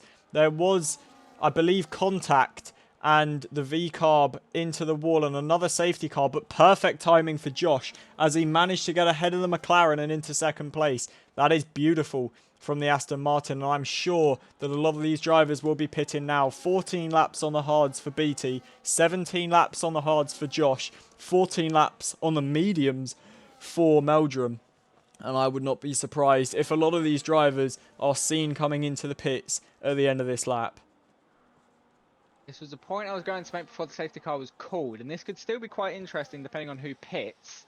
If you actually look on the track map of where the 3 leaders are, and you look at the car that is right up close to them, and it happens to be Meldrum's McLaren teammate of Stoker, could this play a role? Obviously, blue flags will get called, but he doesn't have to let him through until the 3rd one. Now, it's not obviously a moral way to win, potentially, but with how competitive this is, you have to look at any way is better than no way. So it could be something that gets brought into play here. The only issue with that is ghosting is on in this league race, so he won't be able to necessarily hold him up. He could, technically visually block him, but I don't believe there's going to be any real hold up if there is going to be. But anyway, he will overtake the safety car, Will Stoker, as the top 3 sit behind. And quite interestingly, nobody pitted out of the top 3. Murray moves up into 4th place as Sab pits. Dan Lovett also into the pit lane. So the 2 championship leaders and the championship rivals look like they're going to come out right next to each other, which will be quite interesting. Although we are going to have near contact, and we've got a car off the road there of DJ Sully. Sab manages to regain the position. That was an illegal overtake. So we're going to have 3 cars in between the 2 championship rivals. And that could be very interesting as we move into the sort of later half of this Australian Grand Prix. You say about championship rivals, I think at this stage, 3 races in, you're not really thinking about who the driver is that you're close to at this early stage. You're just thinking, be safe with your driving and let the points do what you need, and then you start to figure out in the later races who your title fight, if you're up there, is going to be with. But as you say, this could be very, very interesting. You would imagine that this safety car should be different to what we've seen previously in the restarts. This is what, our 4th safety car of the day, and we're 35 laps in. Can BT manage to hold off the leading 2 behind him? If you're BT now, how are you taking the restart? I think you're watching out for your teammate. Sab is on new medium tyres and is the closest car to the lead battle. He's only 4 cars off the lead, and he's on new mediums. not even new hards. So they're going to heat up very, very quickly. And we know that he's quick. He's currently leading the championship. So he is going to be a massive, massive factor in how this race plays out. We've also got Dan Lovett, who's on new tyres. Elite Blitz is on relatively new tyres. So this is going to be incredibly interesting. Obviously, Elite Blitz almost looking for a bit of revenge to try and get past the McLaren that took him out. We've got Sab and Dan, who are both gunning for the title, who will be looking to gain as many positions as they can whilst also beating each other.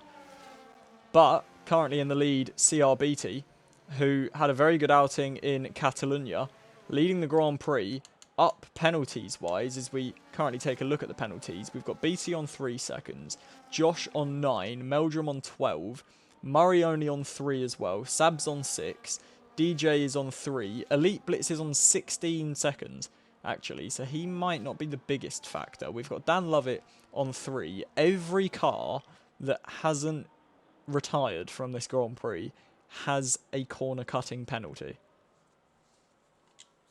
That doesn't shock me. I think it's easier to score points than it is not to, really, as some of the lines you can get very unlucky. Just seen somebody in the chat say that Sab has wing damage. Now He does. Front left end plate. I can't see this with the angle I'm being provided at the minute. I can, yes, now I can. But that is something that clearly, if he hasn't pitted, it clearly isn't affecting him too much, but that is going to lose him some time.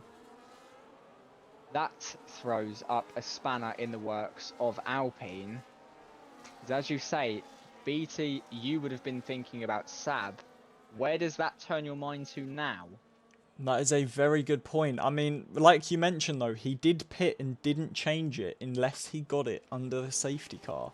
So it's obviously not going to be affecting him too much. We did see him with damage on lap 1 having to pit out of the lead battle as Stoker picks up more penalties under the safety car. A bad day again, getting even worse for the other McLaren driver.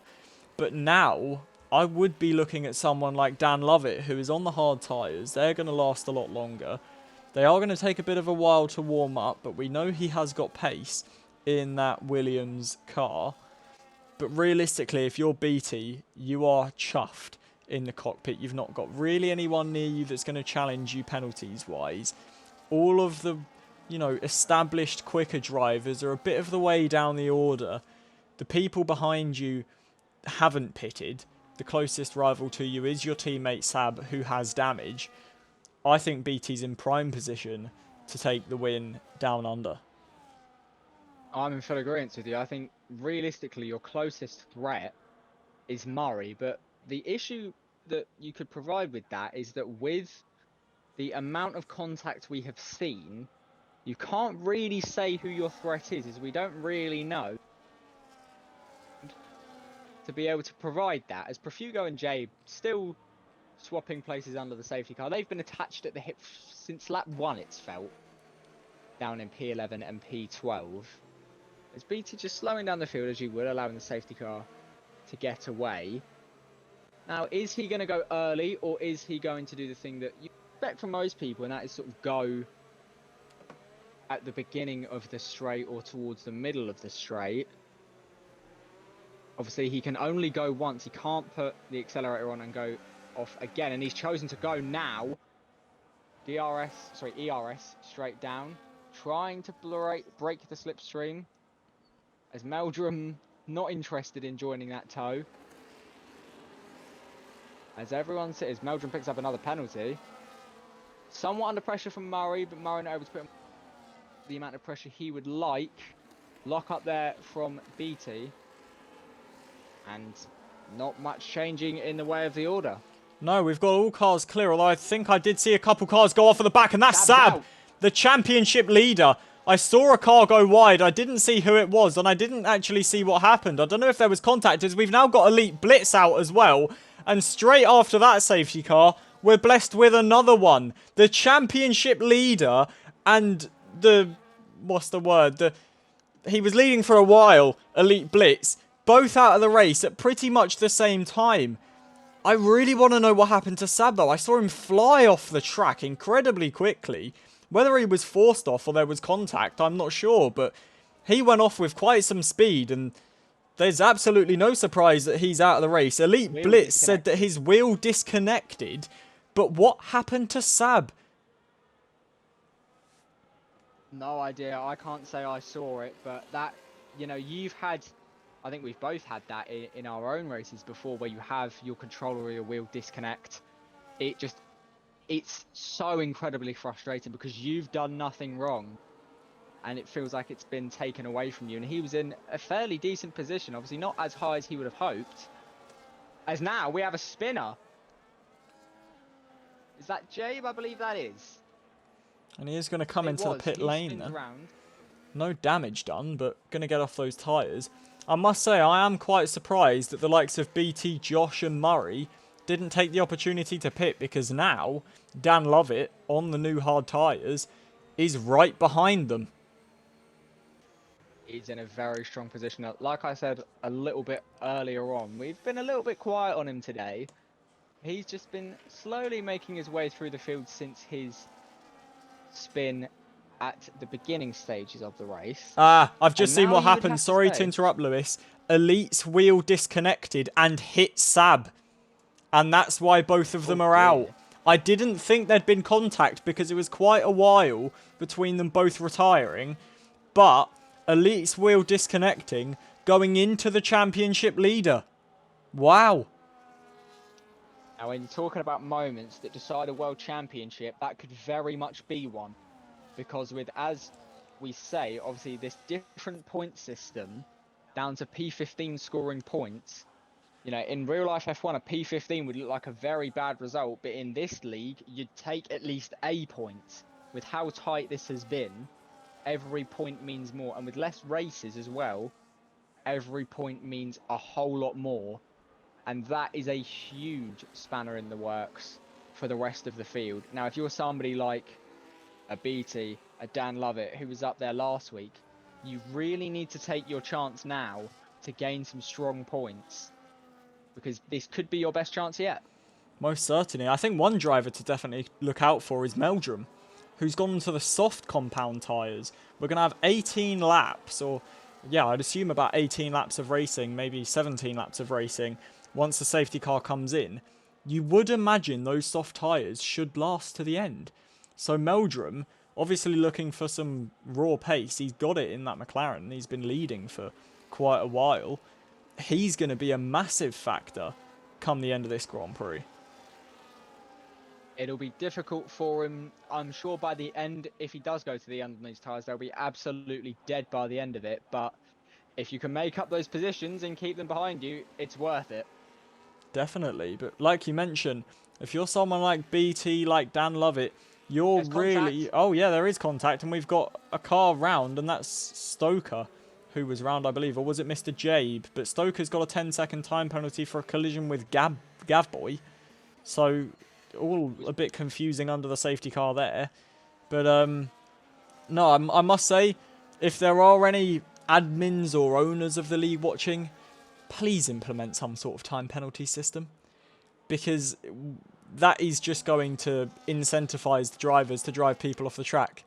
I mean, I personally, in my, 8 years of league racing now, have never seen a league without some sort of penalties structure where if someone does something wrong, you can report it and something will happen, because that is not ideal to have drivers being able to force each other off the track and drive people into the gravel and gain positions. You need some sort of rule system there to stop the drivers from just doing what they want, because at the moment that's the way it's going to be. And the safety car called very late, but it is going to be in this lap then. So we are going to have 17 laps of racing to the end of this race. BT currently in the lead and slows down the drivers. Is he going to go at the same place again? He is just slowly creeping on the throttle out of the final corner. And he is going at the same place out of the Same final time. corner. But Josh is right with him. Murray is a bit further back. Dan Lovett on the back of him. But the Aston Martin of Josh very close into turn one. Is there enough of a gap for a move? There isn't. And he isn't going to risk it. Josh does pick up another penalty as we've got Jim Strav onto the gravel. And there's massive contact between the Ferrari and I believe the Williams. Murray Elliott with massive damage. Turn round at turn one. And that is awful for the Ferrari driver who was looking to gain positions. Jim Strav, I believe, was the man that went off the track, but Murray and Dan come to blows as we've got Dan Lovett in the wall and the two championship leaders are out. We've got yet another safety car deployed. I can't believe what we're witnessing here down under. The two championship leaders out of the Australian Grand Prix. Murray Elliott was turned round with massive damage to that Scarlet Ferrari. What is going on? I think the drivers have not realised here it's Australia 2025 and not Singapore 2017. This is pure chaos. 12 drivers remain. Unheard of. Normally you get 2, 3, maybe even 4 a time. It's 8 drivers out of the race. This very much seems like a cool head will win you very, very big points here. I didn't catch fully what happened there. I'm guessing you had a much better view of it than I did. I saw the end of it. Crazy. It stunned me how long it took for the safety car to be called. I don't know about you, but I thought they would have called one straight after. Yeah, I mean, I saw the contact between, I believe it was Dan Lovett and Murray Elliott. Murray was, I believe, rejoining the track after coming off, went into him, so that was all Murray's fault. But Dan Lovett just put himself on the wall on his own. I don't know if he had damage. I mean, the contact was at his side pod, so I don't see why he would have had damage. But that's very interesting, as Dan is saying in the chat that Murray put him in the wall, but I don't believe that was the case. I'm pretty sure the contact was Murray going into the side pod of Dan. Murray then had his own spin and was in the wall himself. And a couple of corners later, Dan just understeered into the wall by himself, and that was him out. But I don't see how he would get damage. But we have got a lot of drivers in the pits. Jim Strav takes the effective lead as we've got all the cars bunching up now. Meldrum is realistically the best placed car if you take DJ Sully out of it, who is also on the softs. We had BT, Josh and Gavboy into the pits, as well as Murray Elliott, to all put on the soft tyres. But, I mean, this is just chaos. I mean, the first sort of 10, 15, maybe even 20 laps were absolute carnage. And then we had a bit of a stage where it settled down and everyone matured. But evidently, the safety cars are almost like drugs to these NRRL drivers, because we've now got the chaos returning again down under. It's just crazy. Absolutely crazy. How this is what, 5th, 6th safety car now? Starting to become a theme that you almost can't really plan an actual strategy because of how many times it gets interrupted.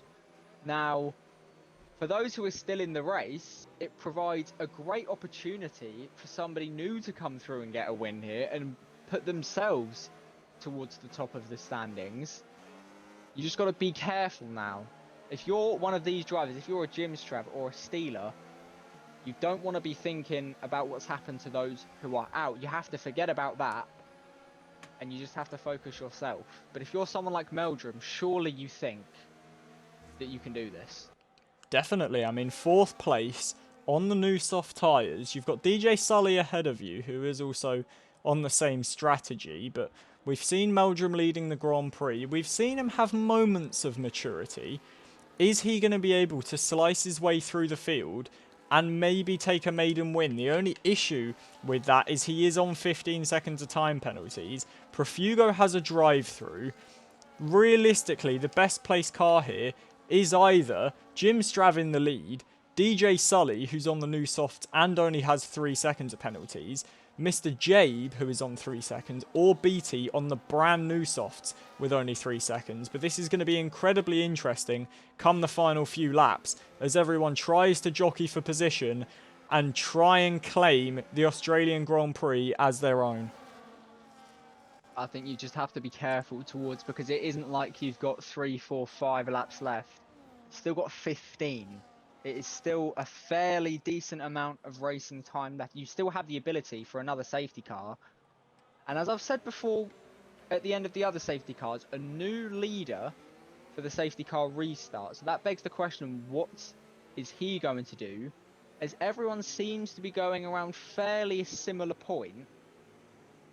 Now, if you're Jim Strav, I asked this question when it was BT in the lead. If you're Jim Strav here, what are you doing down I will that main interrupt straight? you. 'Cause if- We've got contact between Stoker and Profugo, and I believe Murray Elliott all slowing down. There was contact between them, and Jim Strav looks like he's already gone, actually, and that has really caught Steeler napping. He's got a second gap already. I was going to answer your question and say I wouldn't go until we're halfway down the main straight. Well, Jim Strav I'd have has agreed done with you. exactly the opposite and has caught the Mercedes half asleep here, and Meldrum looks to have been caught out as well. That's the same with Mr. Jabe and BT, as BT is going to go around the outside at turn 1 and gain the position, and he is really going to have to put his foot down now. 2 seconds between himself and Meldrum. Contact! What have you seen, Lewis? Gav and Murray. I was just putting my camera down to pay attention to these two as you were talking about BT. And I saw them both in a spin. There's damage for Murray. I believe there is damage for Gav. There is, as Murray has actually gone straight into Gav and taken him out.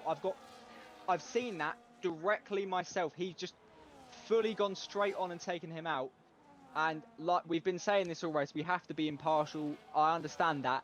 That is an absolute disgrace from Murray, and that needs to be dealt with accordingly. I'm not going to say what the punishment could be, because that is not my job whatsoever. But that is an utter disgrace from Murray Elliott, and that is not how you go racing. I understand it's been a frustrating day for him because he could have been up there for a podium and a win, but you don't take your anger out like that. That is a very, very childish move, I have to say. No, that's just awful. Absolutely awful. I've been conversating with the owner in the past 5 minutes, and admittedly, this has been incredibly hard to commentate watching some of this action. It's just been contact and almost childish play between some of these drivers. BT managed to make his way past Josh and up into 4th place. He's now right on the back of Meldrum, who's about 2 seconds back from the leader, as we've got Jim Strav and Steeler, who are battling for the lead of the Grand Prix. Jim Strav is actually in a very good position to win this one, as BT is quite a while back. But, I mean, going back to that Murray Elliott incident, unfortunately, I didn't manage to catch it. But, no, I mean, like I say, this is childish from some of these drivers, and this is incredibly, incredibly tough to watch. This puts a complete downer on what was such an entertaining race in terms of battles and overtakes. And I can give you just a brief explanation. So obviously there was contact at turn 1. I managed to catch the end of that. They both have damage, and Murray is behind Gav by quite some distance. Not enough really for a, lunge from the back, and he just doesn't even make an effort for the corner, completely into the side pod, both into the gravel. And it's just, how do you explain that? Because the intent is clearly there, and to me, I don't know about you, but for me, when an incident is like that, or just in general, the big thing for me is the intent there, and there is zero defense. It's embarrassing. Completely.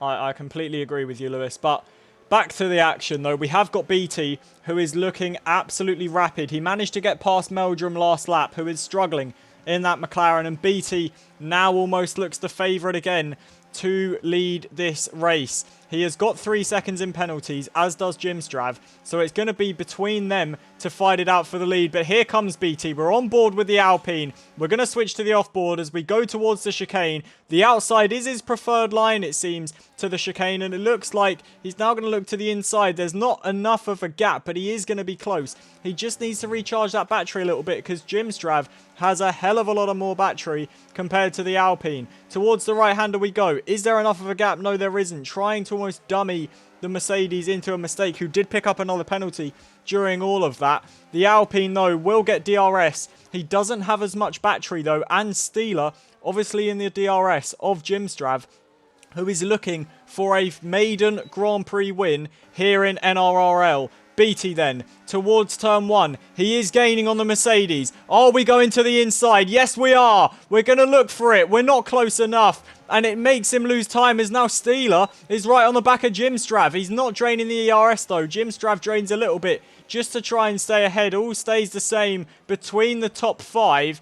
And this is getting very interesting as we head into the last sort of 10 laps of this Grand Prix now. Jim Strav fighting with all his heart for a first maiden win as we've got Steeler brushing the wall. He did not get damage, but he brushed the wall, and that is not going to be ideal as he's off the track again now, and that is going to give BT a hell of a lot of impotence. He is gaining all the time on the Mercedes, but it does look like the Mercedes is actually gaining away with the battery advantage. He is now looking towards Jim Strav as we go towards the chicane. The inside opens up. He's not close enough. He gets another penalty, and BT now right on the back of him, and we are going to the inside. Finally, a gap opens up for BT, and he is going to take the position up into second place. And now the two drivers with the same amount of penalties can look to battle. We are looking to the inside with BT. There's not going to be a gap. Is he going to look towards the penultimate corner? He's not. And there's contact as Steeler goes into the back of him, picks up damage, and that is not going to help the Mercedes in his pursuit of the win.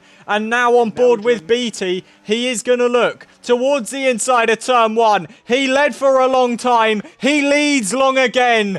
BT into the lead of the Australian Grand Prix. 10 laps to go in this one. And it is the leader of the race who has led for so long, who is now leading once again. We've got Josh to the inside of Steeler with that damage. And he has now gone round the outside and up into 4th. Meldrum is up into 3rd behind Jim Strav as he now brushes the wall. But BT running away with this one. He sees this race as his own, and rightly so. He's led for so long, sorry.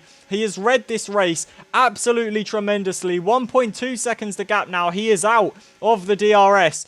And he is going to look to put his stamp on this race as we've now got Meldrum towards the outside of the chicane. And there's massive contact between the McLaren and Ferrari. They're both in the wall. Meldrum doesn't have a front wing anymore. Jim Strav, I believe, picked up a little bit of damage as well. As we've now got Steeler, who's going to look to the inside. A massive lock up and onto the grass for Meldrum. Jim Strav's out of the session. I believe he retired manually. As we've got Meldrum with no front wing into the wall, touched the grass under braking and locked up. And you would have to assume now, barring any major incidents, that BT has got this one wrapped up. He's got a 2-second gap to the car behind, who has 12 seconds in penalties. Meldrum dives into the pits to repair that front wing, as we've now got all the cars who are all quite spread out now. Massive contact between Meldrum and Jim Strav. It ended Jim Strav's race. Meldrum's into the pits and is down into 7th place, as we've now got a spinner of Profugo in the Haas car, and he is now down into 10th place or 9th place when he overtakes the retired car of Jim Strav. Wow. I mean, incredibly chaotic and insane racing from some of the drivers, but I mean, I can't condone a lot of what I've seen here from people like Murray, who was obviously taking people out intentionally. We've had Meldrum, who forced Murray off at turn 1, and he's just made that contact with the Ferrari there, just didn't leave him enough room, and that was just going to be inevitable when you're constantly closing the gap on people. I don't believe what I'm seeing here, and this is absolutely horrible. But for BT, it is surely going to be a race victory in Australia, a well-deserved victory. As I keep mentioning, he led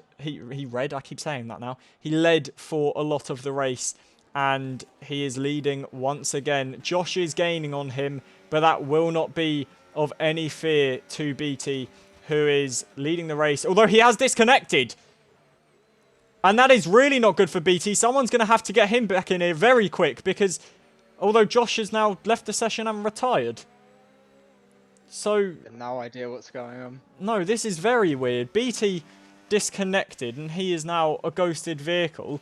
Josh left and retired at the same time. Jim Strav left as well. Obviously, he DNF'd. We've now got Mr. Jabe into 3rd, Steeler into 2nd, who inevitably, with the car being ghosted, is going to overtake CRBT, unless BT can get back in very quickly. Lewis, I mean, I'm going to come to you because I simply do not know what to say. What are your thoughts?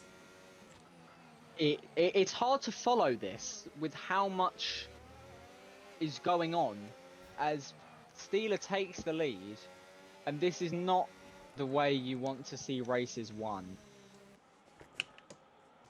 As we have 9 drivers remain, Josh rejoins, but it's too late. And this would put a real dampener if this is how the race is won.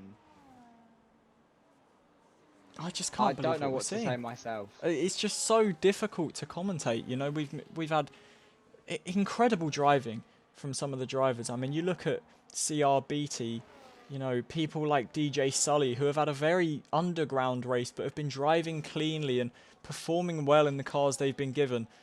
But it does just put such a damper on it when you see things like this, disconnection issues, dirty drivers. Meldrum picks up another penalty, but like you say, I believe this is going to be the race's one because CRBT doesn't look to be getting back in the session. There's a 4-second gap now between the two leaders as Mr. Jabe now with DRS is inevitably going to take second place.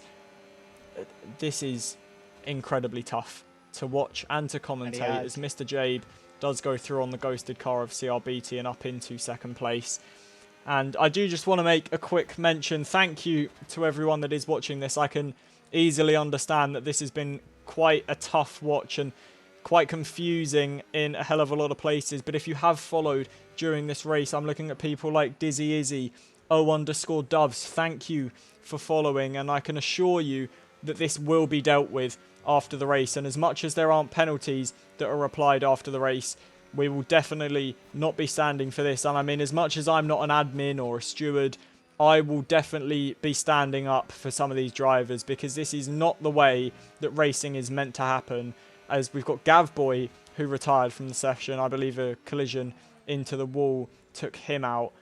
But like I say, this is not what we want to see. But if you are interested in following NRRL all around the world for this Formula One World Championship, please do drop a follow. You can hit the bell and it will notify you on your Twitch app or web browser whenever we do go live every Sunday at about 7:30 UK time for every Grand Prix that we bring you. And hopefully I can only pray that there aren't more races like this because this is not what we want to see. And quite frankly, this is not what I want to commentate. Absolutely not. There is a level of entertainment, I can understand that, but this isn't the entertainment you want to see. So you want a mix of both, and sadly this has been... Just to interject, Lewis, my apologies. BT has reconnected. Good. So he might be able to fight back. He's do. currently 13.9 seconds off the lead. He's going to need to gain... probably, you'd imagine, about 5 seconds as he tries to get back into the car. He's got a few laps to do it. Let me just look at the tyres quickly. He is on the better tyres. It is doable, but he is going to need to be driving qualifying laps for the entirety of this Grand Prix, or hope that Steeler gains another penalty. But even then, you've got to think Mr. Jabe is only on 6 seconds. He's got to get within 3 seconds of Mr. Jabe if he wants to take the lead from him. And unfortunately, like you say, Lewis, I do believe that this is too little too late for BT. And this is going to be the way the race is won. And this is just not what you want to see, as BT gets another time penalty. And that kind of puts the writing on the wall for the Alpine driver. And I don't know. I mean, of course, we're going to be happy for people like Steeler, who is going to take a maiden Grand Prix win, unless Mr. Jabe can stay within 6 seconds of him, then making him our maiden Grand Prix winner. But this is just difficult to watch. I mean, even if you are someone like Steeler or Mr. Jabe, who is going to take the lead of the Grand Prix and inevitably get your maiden Grand Prix win, you surely can't be happy winning it like this. This is not what you want to see. This is not what you want to watch. But unfortunately, this is what we are being subjected to. Yeah, it's not... It's a dampening end to what was a fascinating and gripping race that has sadly had the end just completely wiped out, because there's almost a sense of, you know, what's going to happen. It almost feels very reminiscent of Bahrain in 2019, if people can cast their minds back to that. There's not much else to say really, because everyone is stretched out on the track, so it's a bit too late for a safety car now. There isn't really, I mean, there's a yellow flag here, there's a McLaren. I believe that is, yeah, it's Stoker. Yeah, everyone is spread out, so there isn't any battles or anything really we can talk about. Yeah, No Go Drim in the chat saying, I can assure you Stella is more than happy to win this. I think all of us would be. Scoring the win at the end of the day is the most important thing, and he hasn't done anything wrong. yeah. I mean, you do make a good point, but you know, these drivers come here to race. Do you know what I mean? You want to feel that adrenaline and, you know, cross the line knowing that you truly deserve to win this one. And as much as Steeler hasn't exactly done anything wrong, I can't really put myself in the place of mind to say the Mercedes driver has really deserved this one.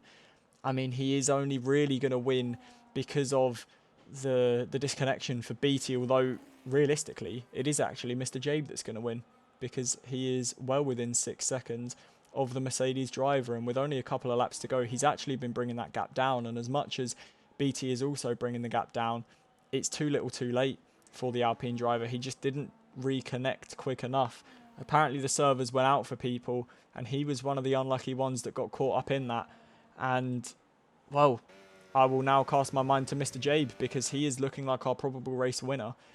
And again, I mean, he's spun and crashed more times than we could count, and more times that we could, you know, be on board with him for. And he is just going to take the win through sheer luck. And that is not the way that you want these league races to be decided. As a fan, as a commentator, sometimes even as a driver, you know, you want to be battling wheel to wheel for the win and, you know, coming across the line and your hard work has paid off and you've really worked for this one. And I mean, Mr. Jabe, he's been backwards half the race and he's about to win. Steeler has been spun round, I believe, 3 or 4 times and he's going to take a podium. You know, it's difficult to really enjoy that as much as, you know, it is a win and you are going to be happy, or it is a podium and you are going to be happy, especially when it's your maiden win and your maiden podium. It's going to be very difficult to celebrate that when you know that it wasn't really your driving that gave you that. I would have to disagree to a point, because it is a race of attrition, and if everybody else hasn't managed to keep themselves on the track and you have, you know, you've got to be in those positions to capitalize on luck when it falls your way, and he's done that. And you make your own luck, and yes, there is an element that, yes, he has swum the channel with the other drivers managing to crash out, but he's kept it on the track, and that, you know, you talk about at certain tracks like Monaco, Vegas, that keeping it on the track will win you races and win you big points. Australia is somewhere where this is applicable. A lot of high-speed corners, a lot of runoff, well, not any runoff area, sorry. He's managed to keep it on the track. He deserves to take the points for it. Yeah, I do agree. And I mean, like I say, you know, Mr. Jabe is going to win this one on penalties. We've got another car around, and that is Profugo, who has not had the ideal race. He's been around more than a handful of times, as well as Stoker, but they are going to finish to get big points. I mean, you look at the grid, I believe we've had 12 drivers DNF here as Meldrum picks up another penalty in 20 seconds, 27 seconds of time penalties for the McLaren driver. So that is obviously a running theme from Catalonia. He does like testing the track limits, but no, as we enter the final couple of laps of this race, Mr. Jabe, he has been gaining on Steeler the entire time, but he isn't going to get close enough to make the move on track. But he does look like he's going to win this. Steeler is going to win effectively on track as BT gets another penalty. And like I say, that put the writing on the wall a long time ago, but that just seals his fate, that he is going to finish in third position, not where he would want to be after leading for so long and driving so well. And very easily my driver of the day. I'll come to you, Lewis, after the race with your driver of the day. But as we move on now to the final lap of the Australian Grand Prix, Steeler is the man leading on the tarmac. It is going to be Mr. Jabe that will likely take the win, although now Mr. Jabe has disconnected. And is that going to be enough? He's got to get 6 seconds to Mr. Jabe to try and win this Grand Prix. BT has got to gain a fair amount. This is incredibly interesting. And now the pendulum swings in the favour of the Mercedes driver. As he is already 6 seconds clear. And now the pendulum swings to Steeler as he makes his way towards the fast chicane. As you mentioned, Lewis, a race of attrition. The 2 championship leaders were out. Most drivers were out. Realistically, we're going to only have 7 drivers finish out of 19. Mr. Jabe was looking on course for the win, but isn't going to get it. I don't know if BT is going to be able to overtake and then gain the 3 seconds needed to be able to take second place. But Steeler coming around the final couple of corners now into the penultimate one. He swings it left for one last time. He is going to cross the line as your race winner. Steeler in the Mercedes wins the Australian Grand Prix. It is going to be BT who comes across second on track, but he will not keep that due to his penalties. So it is going to be Mr. Jabe who finishes second. BT will finish third. It is going to be Meldrum who finishes fourth after leading for quite a long time and taking pole position in qualifying. He crosses the line in fourth. It will be a McLaren fourth and fifth for the Woking outfit as they now make their way towards the chicane. Profugo finishes in seventh after quite a lonely race and quite a difficult race. I didn't actually realise that DJ Sully was still running. It looks like his car's ghosted, but he is using overtime. Oh no, he is also ghosted. So DJ Sully was obviously one of the men that disconnected as well then. As Stoker through the final corners, a very difficult race for him, but he will pick up a very good amount of World Championship points for McLaren, finishing in fifth position as he now rounds the final corner nice and steady, making sure not to make any late blunders. And fifth place for Stoker in the McLaren, and that is your race over then. Steeler with a maiden Grand Prix win after, quite honestly, one of the hardest races that I have ever had to commentate. But at the end of the day, it is Steeler that takes the Grand Prix victory, and it is going to be Jabe that finishes in second. There is your lot then. Steeler wins with BT taking the fastest lap. Stoker, driver of the day. Come on. And yeah, Lewis, who would you say is your driver of the day then? Round here. It's difficult to say. I'd probably give it to BT. Let me see full race replay, please. Top 3 for practically all the race. So I would probably give it to him. Yeah, most certainly. I completely agree. BT would definitely be my driver of the day. Well, that was quite an interesting race. I know. And they've said nothing about me. Nothing. Pray for you that the viewer next week my fastest lap wasn't too bad. Going to be better and less chaotic. But Lewis, thank you for joining me in the commentary box for today. It is a pleasure to have you alongside me as always. And we will see you next week for, let me just check the calendar. We'll be back next week for the Las Vegas Grand Prix. Yeah, I don't really know what to say. Lewis, do you have any final words? Come on. No. Celebration times, come on. The drivers do some assessment and kind of admit they made a mistake with some of their standards, and hopefully come into Vegas, realise the type of circuit it is, and try and respect each other a bit more. We can only hope. But from us, up here in the commentary booth, that is your lot for today. thank you to everyone for joining. If you are interested in seeing these drivers back on track under the lights in Vegas next week, please join us and drop a follow if you are new. Once again, thank you for viewing, and we will see you next week in Las Vegas. Take care and goodbye.